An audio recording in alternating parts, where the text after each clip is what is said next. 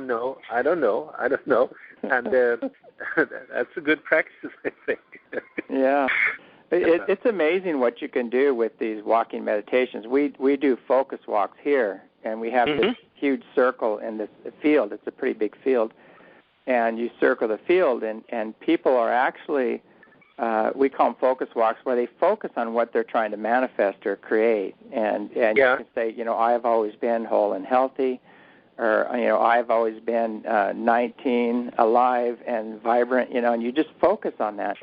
And then soon your body starts, as you're walking, you're actually imprinting that into the body, and the body starts shifting and changing, and people walk right out of their diseases. They have all these incredible shifts that happen with them just by holding that focus and stopping the negative chatter. Yes. It's just amazing just what the power of the mind and what you can do if you just put your time and energy towards that. Yeah. It'll be the new medicine, We'll write people a prescription to walk around in circles and focus on their health versus their sickness. Yeah. Right. Yeah. We'll put them in little bottles for them, here's, pull this note out and read it, so they don't have to just go from one program to the other. They still have their little bottle, their little pill bottle, to keep them going. Yeah. So is there anything else you want to add to this shift that's coming in, or maybe how people can adjust to these, these energies? Well, I think it's a little bit in the nature of co-creation, and to that, you should be yourself. You should be part of creating these processes and ceremonies yourself. But I can say a little bit about this. Again, there is there's a Facebook page, a Tree of Life celebration, where people are coming in with their own suggestions and as to how to celebrate this. And I think it's all about redesigning our inner landscape in such a way that it reflects the incoming energy, and so that you are prepared for it and aligning with it, and so you're able to flow with the what is coming in. And I personally I will be going to Sweden, which is my native country, but there's a bunch of places there that they will be having gatherings, and part of it is ceremonies, and they will be held, I think, mostly on November 6th and 7th, which is the weekend following the 5th point, because that's convenient, especially if you want to do this together with people. But I will also be there in a group with a group of people, and it's sort of private, or I don't know. But where we will have a 2-day process, and basically, with the first day is about the two genders having their processes separate, because they look a little bit different, how we are approaching this balancing. And there will be forgiveness processes involved. In other words, more forgiving the other gender for whatever, what should I say, violations that may be part of our history and so forth, and leaving that behind. And then the second day will be more of the acknowledgement of both genders and our joint willingness to go into balanced relationships based on the welcoming of the divine feminine energy. And I do not know. I have not been part of designing this myself, but I'm sure there are then both mental processes involved. There might be dikshas involved, and there might be then some kind of a ceremonies where you just externally show what you want to accomplish in your inner world as a means of redesigning your inner landscape. And I think, it's on the one hand, I think there is a great power in the fact that we may do these things in a synchronized way in different parts of the world. Just the feeling that, you're not alone, maybe not even 0.5% or 1% of humanity is participating, but you're certainly not alone. You are reflecting an incoming change, and that is a strengthening point. But at the same time, I also feel that people should ask themselves, what feels right to me to express and assimilate this incoming shift. That's what it is to be a co-creator, not just to leave it to others, even though, there's no point in pointless opposition to things that come from somebody else, but still be an authentic part of the creation of whatever processes that may be part of it. And I know, people will be gathering in places all over the world, and some, I know, for instance, in Kauai, there's this gathering of women that have been taking care of the goddess sanctuaries all over the planet, and the caretakers of those, and that's sort of an amazing thing that's just part of this. I know that Don Alejandro Osla, he happens to, at the same time, be performing together with a high Buddhist reverend in Japan, in Kyoto. They will be together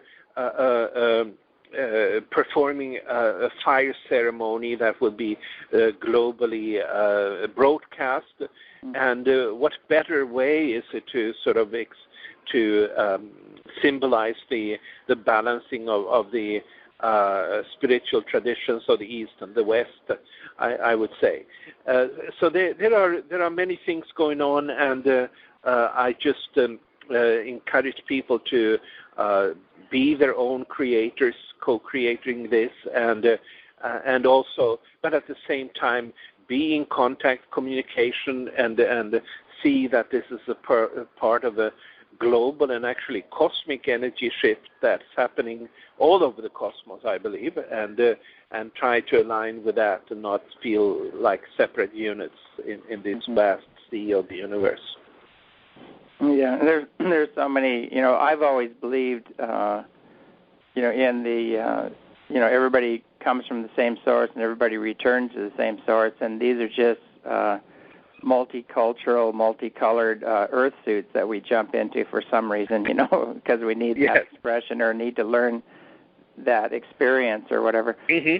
But I've always felt that way. So at East City Ranch here, we welcome everybody. We have the Native American elders do their ceremonies. We have we do Tibetan ceremonies. The yogis come and talk and do their things.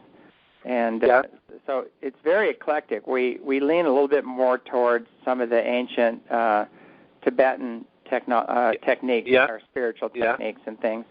But we're open to any other teacher that wants to come and teach yoga. I took yoga for 6 years intensively. Studied with yogis and lamas and things. But I've always felt that this is a time where we do need to reconnect and shift into that unity consciousness. And I love the Mayan aspect of it, where they actually see the galaxy, the black hole, as the birther of all life, and we all come from the same mother.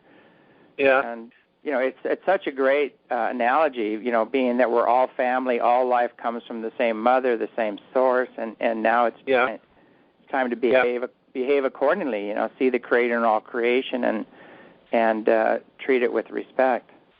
Yeah. So these old programs of masculine gods, feminine gods, I mean, they do exist. They're out there, I love hanging out with them and everything, but we have to get beyond that into that unity consciousness and figure out, okay, who created them, you know? Right, yeah. And find that within ourselves, you know, so. Yes. Mm. Mm.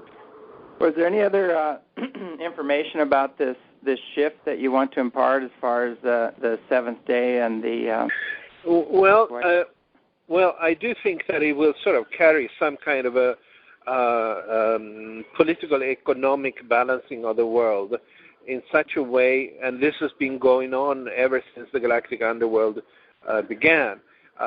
In other words, the balance has sort of shifted over to the East, the Asian nations, India and China especially, to become the drivers of the economy of the planet. And so I think it will carry some kind of a significant shift there, where a new balance between these two hemispheres will be locked into position after basically, you might say, 5,000 years of the dominance of a more Western mindset, and now, but it's, you know, it's in as far as I can understand the cosmic plan, it's not meant to be a time when the East comes to dominate, or where women come to dominate, or something like that. But it's the time when the West will no longer dominate. It's the time when the men will no longer dominate, and so forth. It's really a balancing, and you know, that's really what I think we can see in ancient prophecies, even biblical prophecies, about sort of a return of the tree of life and a new kind of Garden of Eden being resurrected. Yeah, definitely. I'm seeing lately with a lot of women, they are coming into their power. You know, this energy is moving through them, and they're becoming very empowered, and that is empowering. Actually, it's activating some of the old wounds and traumas, you know, that we all need to let go of. And I have some dear friends here, women here, that they know it's their process. They aren't projecting or blaming. They're owning it. You know, they're moving through it, and it's just amazing. And we're supporting them in that process. And I think it's real important to realize this process of reclaiming that divine feminine within is not going to be an easy process for some people, and we have to support it. But at the same time, we can't get into that victim blame protection program, because that just goes nowhere. Right. Yeah. No. It's and I don't think it's something that implies that we all need to become like androgynous or something like that. It's just that it does imply that we really fully acknowledge and respect the whatever aspect of the feminine that may be coming in. I think that's really what it's about.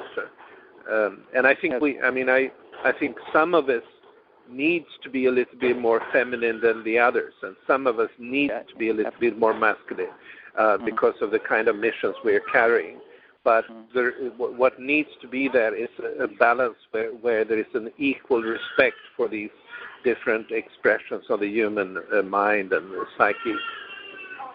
I asked the Palladians once about that.